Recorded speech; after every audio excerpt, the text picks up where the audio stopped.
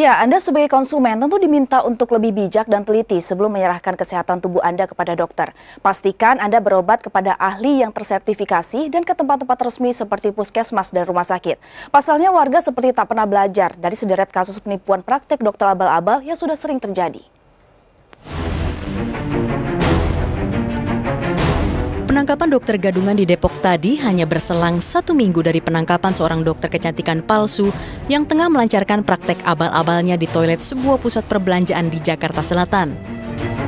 Hanya lulusan SMA tersangka yang juga seorang wanita ini bahkan berani melakukan operasi bedah wajah hingga menyuntikkan silikon dan berbagai zat kimia lainnya ke wajah dan anggota tubuh para pasiennya. Anehnya, para korban percaya saja, padahal tersangka kerap menggunakan pisau roti dan benang jahit saat operasi bedah wajah para pasiennya. Itu pun dilakukan secara berkeliling dengan tarif hanya 6 juta rupiah. Beraksi sejak tahun 2012 lalu, setidaknya 5 orang pasien korban harus dirawat di rumah sakit dan menjalani operasi perbaikan wajah dan anggota tubuhnya yang rusak. Akhir tahun 2014 lalu, kota Surabaya juga pernah digegerkan dengan terungkapnya praktek dokter kandungan palsu yang dilakukan sepasang suami istri. Korbannya adalah seorang dokter sungguhan.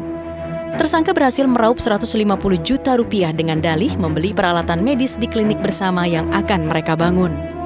Untuk memperdaya korban, tersangka seorang wanita cantik ini bahkan membuat sebuah akun Facebook yang mencantumkan gelar dokter spesialis kebidanan dan kandungan di belakang namanya, beserta foto-foto sejumlah mahasiswi kedokteran cantik dalam balutan jas alma mater Universitas Kedokteran UNER.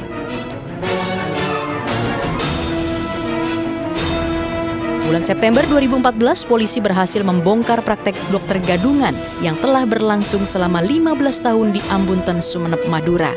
Tersangka yang adalah seorang perawat ini mampu membuka klinik tanpa mengantongi izin praktek dengan peralatan medis yang cukup lengkap serta ruang rawat inap.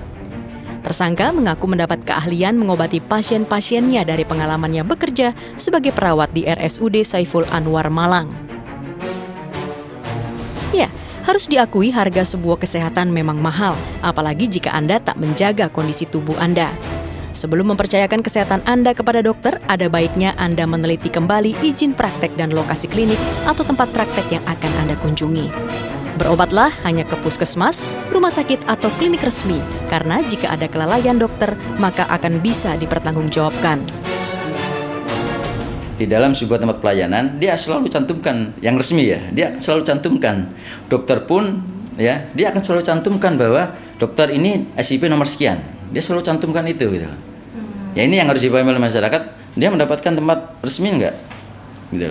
Pada saat dia mendapatkan tempat resmi, dia ada di klinik ini, surat izin tempat prakteknya ini. Dokternya pun juga ada stempelnya bahwa SIP-nya ini. Maka dia paling tidak dia akan mendapatkan perlindungan bahwa dia memang dilayani oleh tenaga kesehatan profesional dalam hal ini dokter. Tim Liputan MNC Media.